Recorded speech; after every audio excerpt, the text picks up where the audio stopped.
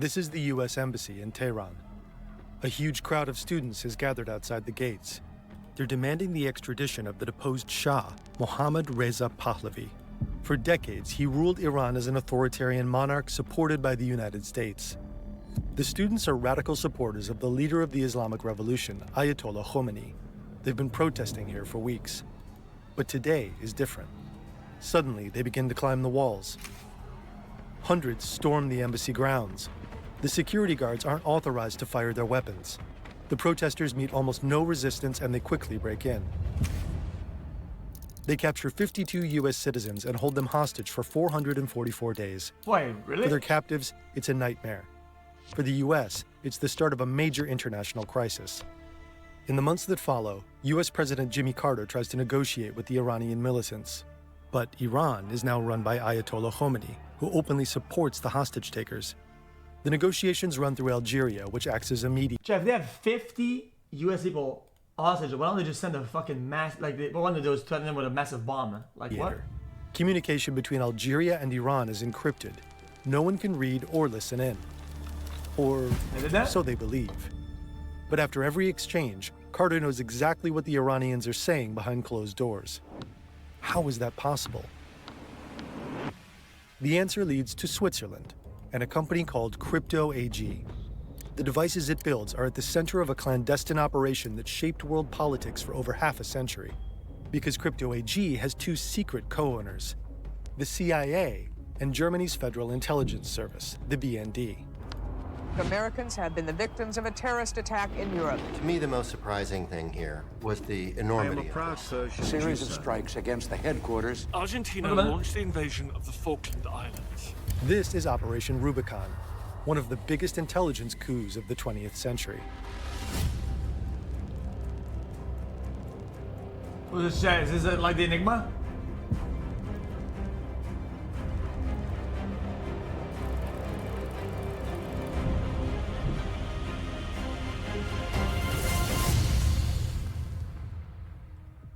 The story was enormous for us, for the Washington Post. I mean, for days and days. For, I think, almost a week. It was one of the most read stories on our website.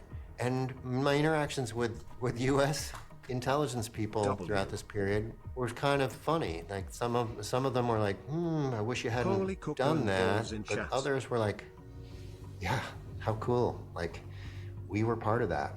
That's what we do. This is Greg Miller. He's an investigative journalist with the Washington Post. We traveled to London to interview him for this video.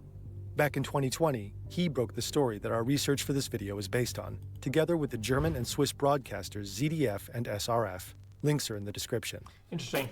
Chapter 1, The Handshake. Operation Rubicon begins with a friendship. Washington, D.C., 1951. Two men meet for dinner at the exclusive, members-only Cosmos Club. This man, William Friedman, is one of the American military's leading cryptologists. The man in front of him is Boris Hagelin, an entrepreneur I don't and like inventor that from mustache is... Friedman and Hagelin are business partners. It's not great. More importantly, they're close friends. They write each other frequently and bond over their shared background and interests. Both were born in pre-Soviet Russia. Both love tinkering, and both are deeply fascinated by cryptology, the science of encoding and decoding information. Boris Hagelin develops cipher I actually find it fascinating, chat, because it's breakable as a code, right? But it's early enough into the history of code that you can make some innovation and people have to break it. Like, this is cool. Like, think about it. Small mechanical devices that allow users to write and read secret messages. His biggest customer is the U.S. military. During World War II, Hagelin sells them the M209, a compact, portable cipher machine that doesn't require electricity. Just bigger than a lunchbox, it comes with a lightweight canvas bag that soldiers can easily attach to their gear. American troops frequently use it in the field to quickly exchange encrypted messages. The U.S. produces more than 140,000 units, and Hagelin becomes a millionaire. But after World War II, business suddenly slows down, so he needs new customers. Friedman realizes Hagelin is a good enough businessman that if the United States doesn't act, he's going to start selling cryptological devices to many, many governments around the world. Oh, come on! And the United States will not be able to read these communications, will be blind and deaf to what other countries are doing. Yo, and what saying. a bitch ass. And so this leads to all these conversations in Washington about what to do about it. Friedman meets Hagelin for dinner and makes him an offer on behalf of the CIA. From now on, Hagelin's high-security cipher machines will only be sold to selected countries hand-picked by the Americans. The rest of the world will get older models that are much easier to crack. To compensate for the how about you send in models that are glitched? They're bugged and they have a switch. You switch it on, and it decodes the whole fucking business he shebang. loses. Hagelin is said to have received $700,000. A year later, he moves his Swedish company to a Swiss town called Zug, where he founds Crypto AG. That same year, the company releases the CX52. This new cipher machine is so complex, many believe it's uncrackable. But is it really? I mean, if I was alive, I'd crack your shit in 20 minutes. Chapter 2. Crypto. To understand how secret messages are encrypted, People call me the puzzle we track cracker down way back a when. real cipher machine. And not just any cipher machine, an actual model developed by Hagelin. Das ist eine CX52-Maschine von der Krypto AG. Cryptography turns an ordinary sentence like this one into an illegible jumble of letters. Each letter in a message is replaced by another, seemingly at random. So while anyone can read the encrypted message, they won't actually understand it unless they have the right key. Yeah. Say we want to send an encrypted message from Amsterdam to Berlin.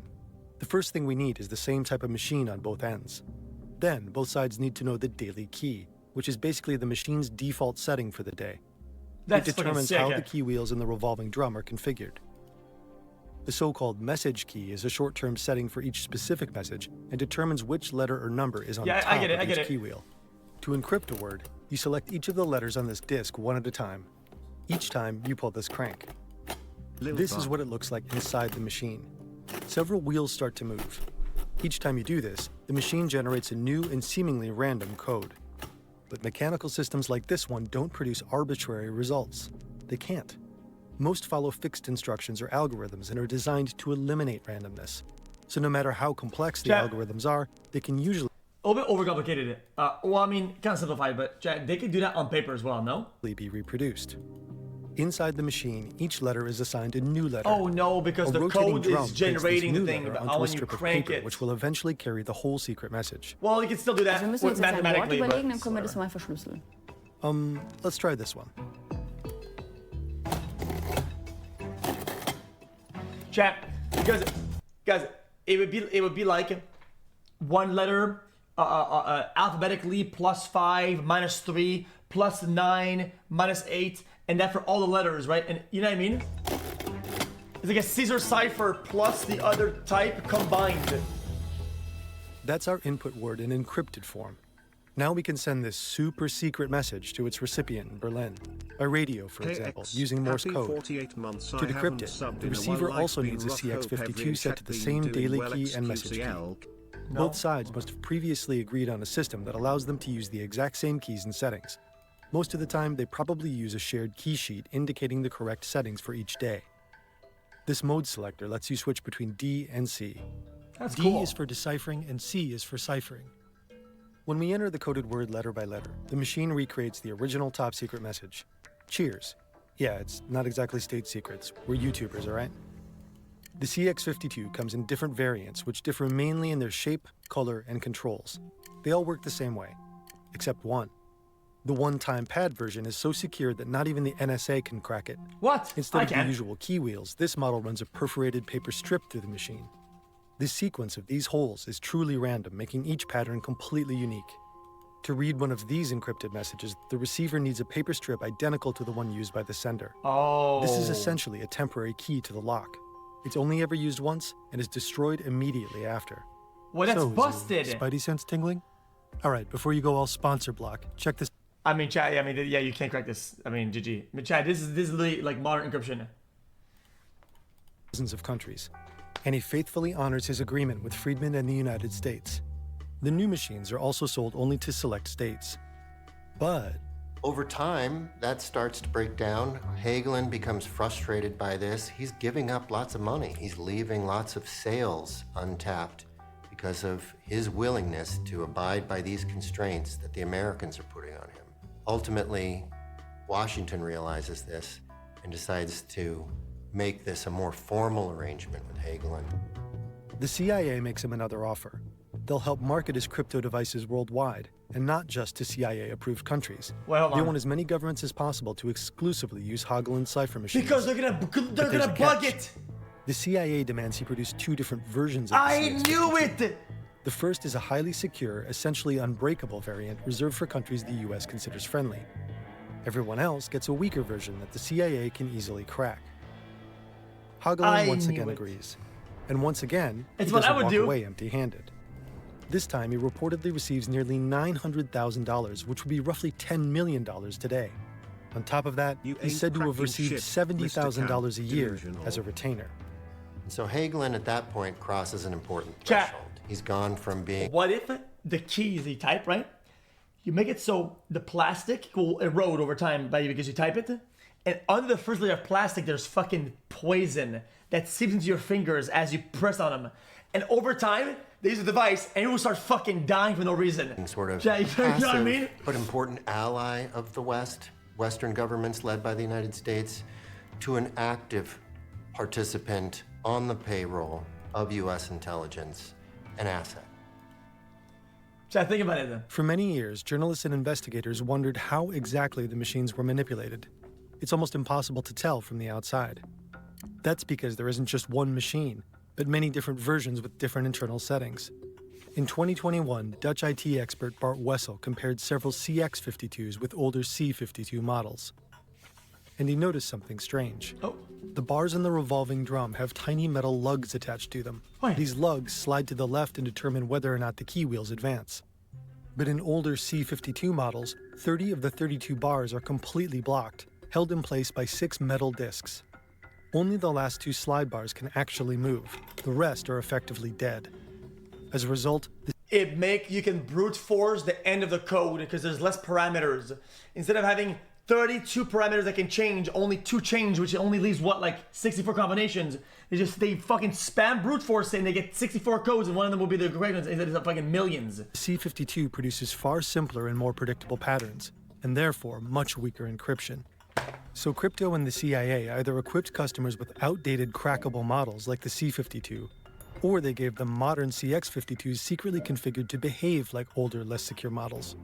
Another way to make the machines less secure is to prevent them from being used properly. The NSA reportedly created different manuals for different customers. Some may have been deliberately rigged. Users believed their machine was operating securely, but they were like locks that clicked but never really snapped shut. Our machine is one of these less secure variants. Our message from Amsterdam to Berlin probably would have been decrypted quickly. By the late 1960s, Boris Hagelin is almost 80 years old. Chat. Crypto AG is If they were smart, they would have had their own cryptographer and make a device for their own country, and they would have to buy off of America. I mean, if they were smart, they'd make their own machine. I going mean, to that's 180 their problem. employees. Hagelin is looking to get out of his business. He's getting older. He wants to retire. He wants to secure the future of this company. Only one of his children is interested in cryptography. His youngest son, Bo Hagelin Jr. Bo works at crypto and is actively involved in developing new machines. He also handles the company's business in North and South America. Bo has yet to prove himself, but eventually Hagelin Sr. would like to hand his son control over the company. But the CIA doesn't trust him. They think he's unpredictable. And while Bo knows the company's dark secret, no. he doesn't approve. At the same time, other players are starting to take an interest in crypto. It's true that other countries and other governments, especially allied governments, are to certain degrees aware of what's happening here. But they're sharing that intelligence with their closest allies at various times, including the Brits, at times including the French, and sometimes the Germans. They're not always saying where this information comes from, but these other governments are putting 2 and 2 together and starting to figure out what this is. And they're jealous. Hagelin's son is looking less and less like his father's successor. Now married, he's struggling financially. He asks for advances on his inheritance often enough that his father finally refuses. The CIA is concerned too. They suspect Bo may have been talking about the secret operation my and God, worry he man. might refuse to continue selling the manipulated machines. Bo's relationships with the CIA and his father. Chat, it's white capitalism, chat, is the better system, but it has its flaws. Like, it pushes people to do great things, but then when things get bad, it pushes them to do worse things. You know what I mean? Like, start to fray. Meanwhile, Germany's intelligence service, the BND, proposes a deal to the CIA. In June 1970, each agency purchases half of Crypto AG. Hagelin receives 25 million Swiss francs in 3 installments. According to the Washington Post, that amounts to over $5.75 million at the time. Bo remains with the company, at first. According to the same report, the deal is routed through a law firm in the European microstate of Liechtenstein. xQcL. The use of anonymous shell companies helps the two intelligence agencies conceal their ownership. The BND and the CIA now have full control over Crypto AG, and almost no one knows. Hagelin makes a fortune with this deal, but just a few months later, all that money probably seems virtually worthless. Bo dies in a car accident near Washington, D.C. Hagelin is devastated. Many years later, a former crypto employee will publicly claim the car accident was actually a targeted attack. He also claims that even Hagelin Sr. had doubts about the crash and that he had the case investigated, but nothing ever came of it. A journalist and intelligence expert tells us that at the time, even the BND's vice president suspected Bo's death wasn't an accident. American intelligence services may have feared that Bo would use his role as sales manager for Latin America to stop selling manipulated machines in the region. No evidence has surfaced to support these claims. After his son's death, Boris Hagelin withdraws from the company. After the takeover by the BND and the CIA in 1970, business at Crypto AG takes off. This leaked CIA document shows sales surging. yeah, I thought you were gonna chat. In the first 5 years alone, yeah. revenue jumps from 15 to 51 million Swiss francs. Governments around the world trust crypto machines with their most sensitive communications. This becomes a real point of tension in this operation between the United States and the Germans. From the minute the Germans are involved. Chat, I'm not kidding. Like, maybe I don't get this right then. They can literally do this with a spreadsheet. Yo, they can do this, like, if it's such a big problem with these machines, they could just do it on paper. Literally. They're often deeply troubled by what they perceive as American greed. Americans, they think, the Germans think, are willing to trick, dupe, exploit anybody. The Germans are less comfortable with that, partly because of their World War II history, partly because they're trying to build new alliances in Europe at this time. They don't want to make enemies across Europe. The Americans don't really care as much. In the end, the Germans' discomfort doesn't matter. The secret intelligence operation is just getting started. Its original code name is Thesaurus. Chapter 3, The Operation. Whatever, dude. April 5, 1986, West Berlin. The vibes at the Labelle nightclub are especially good tonight. Hundreds of people are dancing to funk and soul. The club is popular with the American soldiers stationed in the city. But sometime after midnight, a bomb explodes inside the club. 2 people die at the scene, a woman of Turkish descent and an American soldier. Another dies from his injuries at the hospital. Exact numbers vary depending on the source, but more than 100 are wounded, at least 28 of them severely. It's one of the most severe attacks against Americans on German soil. The White House responds within days. President Reagan publicly blames Libya for the attack. The country's leader, Muammar Gaddafi, is accused of ordering the bombing. But how could he possibly know that so quickly? Well, Libya uses the weaker... They used some fucking bullshit. Because they used some shitty-ass, fucking defected, infected machine that's completely to rigged. encrypt its communications. The BND and the CIA can simply read along. Reagan says Libya's embassy in East Berlin received the order to carry out the attack about a week before it happened. According to a 2020 report by German broadcaster ZDF, it remains unclear whether the intelligence agencies also knew about the plans before the attack. Retaliation comes 10 days later. According to media reports, the United States bombed several targets in Libya, killing at least 60 people. In the 1980s, the operation's codename is changed from Thesaurus to Rubicon. It's a reference to the phrase crossing the Rubicon, which means passing the point of no return. The intelligence agencies crossed that line for good when they began actively influencing a war. The conflict revolves around this archipelago in the South Atlantic, a few hundred kilometers off the coast of Argentina. Britain has controlled the Falkland Islands since the 19th century, but Argentina has long claimed them as its own. Early one Alright. Friday morning in Well, I mean, 1982, really? Argentine forces attempt to seize the islands. Well, don't do The that. British garrison of just 68 men faces hundreds of Argentinian soldiers. Eventually, they're forced to surrender. But Britain quickly sends reinforcements, and the two countries fight for over 70 days. The Argentinians have no clue their cipher machines are compromised. Their radio comms are being intercepted, and both the Americans and Germans are able to decrypt them. Intel relevant to the Falklands War is quietly funneled to Britain. Okay, why don't they sit a machine and they make their goddamn own?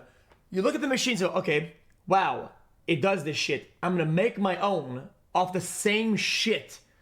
And you just change the code. On May 2, a British submarine, the HMS Conqueror, sneaks up on an Argentine cruiser, the Belgrano. Once it's within range, it launches its torpedoes, which hit home. More than 300 Argentinian soldiers die in the attack. Intercepted radio communications played a crucial role in the decision to destroy the ship. On June 14, 1982, Britain officially wins the war. Around 900 people have lost their lives. The Falkland Islands remain under British control. According to Swiss broadcaster SRF, the intercepted messages were decisive for the outcome of the war. Many of the countries that bought crypto devices were in Latin America, and this is during a period. Yeah, this is why it sucks. These operations are worth billions of dollars in terms of military equipment, lives, funds, all the. Yet they're selling these machines for pennies. This guy was a shit businessman. He's selling these machines that changed the world for millions of dollars. This is worth billions of dollars. I mean, he's just a shit businessman. Period where Latin America is in turmoil. There are military coups after military coups. There are death squads. There are murders, state-sponsored murders and suppression of populations. And there are still huge questions. 1978, 4 years before the Falklands War. Argentina is hosting the FIFA World Cup. West Germany is playing Austria in the second group stage. The world is watching as the German national team fights to defend its title. But just 11 kilometers away, people are fighting for their lives. This is a brutal detention center for opponents of the Argentine military junta. At the time, the country is ruled by a ruthless dictatorship. Critics of the regime are abducted, tortured, and killed. Campo de la Ribera is one of the junta's most important detention centers in the region. In total, 4,000 people are brought here over the years. The Argentine military uses crypto devices to encrypt its communications. But at a spy station in northern Germany, their messages are intercepted and deciphered by the BND. What they discover is horrifying. Military planes are flying thousands of dissidents out over the Atlantic Ocean, then dropping them to their deaths. And Germany and the US simply look on, essentially bystanders as an estimated 30,000 people become victims of the dictatorship. Ahead of the World Cup, several human rights organizations call for a boycott of the event, but West Germany participates anyway. Argentina ends up winning the tournament. Yo, people need to leave soccer alone. Chat, like, please make sure to drink all this politics and shit. Buddy, it's a ball you kick in a fucking net out of metal and linen. Like, nobody gives a fuck. Like, leave it alone. Yo, it annoys me. It's a cool game, and it's always fucking rigged full of bullshit. Like, why dude, didn't the intelligence agencies do anything? This is always a dilemma for intelligence agencies. You learn information through delicate programs. Do you act on it? Because if you do, you risk ruining that access going forward. You risk exposing what let you get into, what let you obtain that secret in the first place. Besides, this is still in the middle of the Cold War. Alliances with dictators, with military rulers, including those that were committing atrocities against their own citizens. Yeah, intervene equals imperialism. Don't intervene equals wrong. Like, see, I agree. Like, at times, these are things that the American government was willing to accept to prevent these countries from falling into communist regimes. According to the investigation by the Washington Post and ZDF, Crypto AG did business with more than 100 countries. 62 of them could be identified. Besides NATO member states, many of the customers were countries in South America and Africa. Even the Vatican used crypto machines, and its communications were intercepted too. For a long time, crypto devices inspired a high level of trust. A company from Switzerland just had to be neutral, right? But after nearly 30 years, some customers began to question the security of their cipher machines. Oh, guys, When the operation we lost 30,000 soldiers to bombs that just, bro, they kept knowing where we're at. Dude, our submarine, they just keep randoming random missiles and it's just landing. How do they know? started in Like, the early 1970s, what the fuck, only a man? handful of people Like, knew what about the- crypto's I mean, secret come on, deal. man. One was Peter Frutiger, possibly the company's most important engineer. In 2020, he gave an interview to the Swiss newspaper NZZ. Until 1977, Frutiger was the company's deputy director and head of development. He was also They the were sniping link it. between Crypto AG and the two intelligence agencies. He's said to have made dozens of visits to the BND headquarters near Munich and regular trips to the US to meet with intelligence officials. At first, he doesn't have a problem keeping crypto secret. He thinks he's on the right side of history, aiding in the grand fight against the forces of evil in the world. But a high-profile client makes him doubt this stance. Of all people, it's an autocrat, Mohammad Reza Pahlavi, the Shah of Iran. A few years before his dramatic downfall, the Shah wants to upgrade his Swiss village security with new cipher technology from crypto. He's friends with Frutiger, who takes care of the job personally. During the job, the two men talk. Hold on. Suddenly, the What if these guys were smart enough, chat? Okay, hold on. Maybe you're at a meeting, right, with this big guy trying to say, "Oh yeah, we're selling you this thing," and the guy opens it up and he's like, "Wait a minute. This means that instead of you're selling me 1,000,000 combinations, there's only fucking 60, bitch ass." And he's just like, "Dude, couldn't you just get killed?" I mean, Shah says he's heard about manipulated cipher machines circulating on the market, but not Hageland's devices, of course. Those are the only ones left he can trust. The Shah doesn't know that his own machines have been tampered with, but Frutiger does, and he's starting to feel guilty about it. By 1977, his internal conflict reaches a breaking point, and he confronts crypto's executives. According to him, this leads to irreconcilable differences.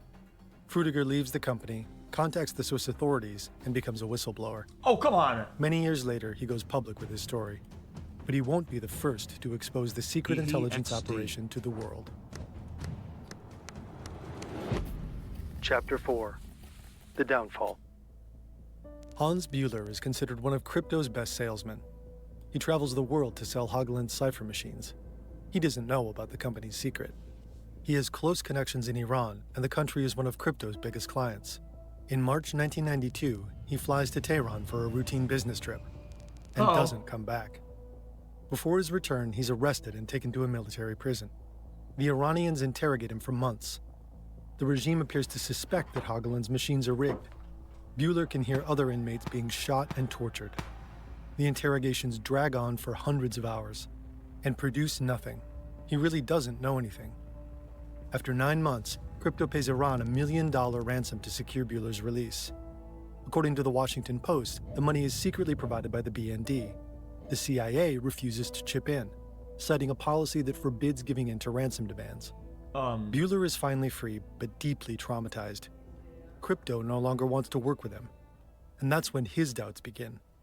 Were the Iranians right after all? Is crypto really hiding a sinister secret? Buehler takes his suspicions to the press, putting Crypto AG in the global spotlight.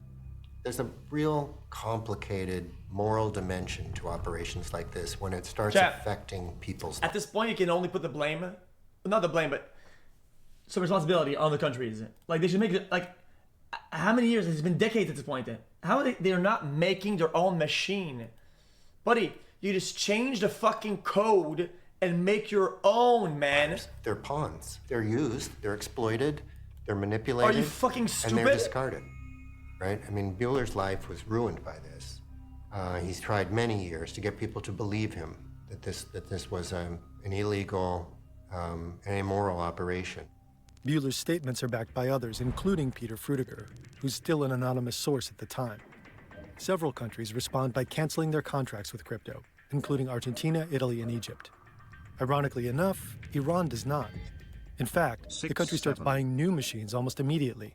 Despite multiple investigations into the matter, the case never reaches court. There's not enough solid evidence. But the relationship between the CIA and the BND is damaged for good. In 1993, the BND pulls out of the operation. According to the Washington Post, the CIA buys up their crypto shares for $17 million. And according to the Post, The operation continues all the way to 2018. In 2020, intelligence documents are leaked to the Washington Post and the German and Swiss channels ZDF and SRF. A 96-page CIA report intended for internal use chronicles the entire operation. Its claims are confirmed by an intelligence expert who had access to the document. It's called Minerva, A History. Together, journalists analyzed the report. Greg Miller from the Washington Post is part of that joint effort. To me, the most surprising thing here was the enormity of this in some ways. It was not that the U.S. intelligence agency would do something secret and that it would be successful, but that it could do so over a period of many decades. That it could do so by tricking dozens, many over 100 other governments. Later that same year, the story breaks, and the repercussions. Yeah, but dude, I gotta keep it a buck though. Just make your own, dude. It's like buying bombs with bad intentions and being mad that the fucking gunpowder is actually just sugar and your shit doesn't fucking blow. Like, dude, I don't give a shit. I don't care. Are surprisingly feeble. Germany doesn't launch any investigations or court proceedings. Switzerland opens a formal inquiry, but so far nothing has come of it. Neither the BND nor the CIA has ever publicly commented on the operation. The leaked reports reveal further explosive details. Like many internal intelligence documents, they contain several code names. Crypto AG is called Minerva, the CIA is EOS, and the BND becomes Gamma. But then there are also these two code names. Olympia and Navajo refer to two major technology companies, German conglomerate Siemens and American multinational Motorola. According to the Washington Post, Siemens advised crypto on business and technical issues and received 5% of the company's sales. So cool. Chad, they encrypted the name of the company. Holy. In return. The US apparently brought in Motorola later on. Cooperation between private companies and intelligence agencies is nothing unusual. It's even regulated by law. German telecommunications companies are required when is that? to cooperate with law enforcement and intelligence agencies to facilitate interception and surveillance. Yeah, we know about this. In the United States, certain types of foreign intelligence collection rely on compelled assistance from American telecommunications companies. Despite these leaks, many questions are still unanswered. What information did the intelligence agencies actually intercept? How exactly did they acquire crypto through the Liechtenstein Trust Company?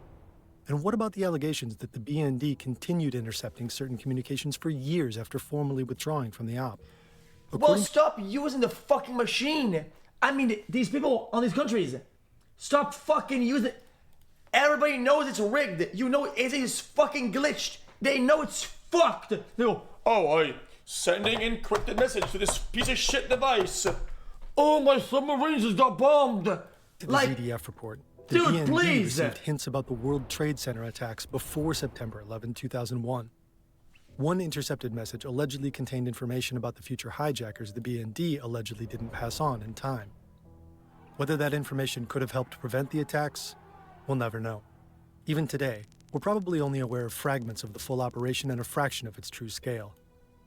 We asked the BND for comment. The agency told us that, on principle, it doesn't publicly comment on intelligence findings or activities. Crypto was eventually broken. This is going to be very elaborate, chat, because I've been watching a lot of these documentaries. A lot of times people... Do you think the US is currently... I'll reply, I don't know. Chat, something I know, it's chat, and it's not even a meme, or I'm not ready bidding. A lot of documentaries, they show, Americans knew about this attack, Americans knew about this...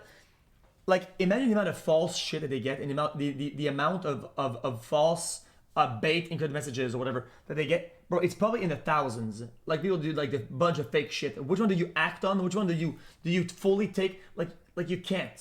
Like, two new firms took over almost the entire business. Both emphasized they no longer have any ties to either the CIA or the BND. Giuliano Ott served as CEO of Psi-One Security AG until 2024. Before that, he was the CEO of the original Crypto AG. His tenure started in 2001 and lasted through the years the company was still secretly controlled by the CIA.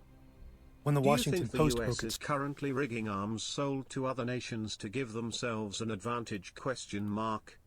I mean, surely at least a little bit. Story, the company issued a statement declining to comment on crypto's history. I mean, these days, bro, people that have rigged fucking software don't even know that they had. Let's be honest, you can rig shit like to a level that we can't even comprehend. Imagine that you're a country, you buy some shit from the U.S., like some super insane bomb flying whatever. They get have one line of code that makes your shit fucking glitch for no reason. I mean, you think that this doesn't happen? It happens all the time. Who knows which companies intelligence agencies are secretly working with today? If you're at Google, you're at Microsoft, or you're at Verizon or a big cellular company, and the government comes to you and says, look, our ability to prevent another terror attack like 9/11 depends on whether we can figure out and trace these networks from Al-Qaeda or the Islamic State. And we can only do that if we can get to the data that you have. It's hard for companies to turn away the government under that kind of pressure. Right.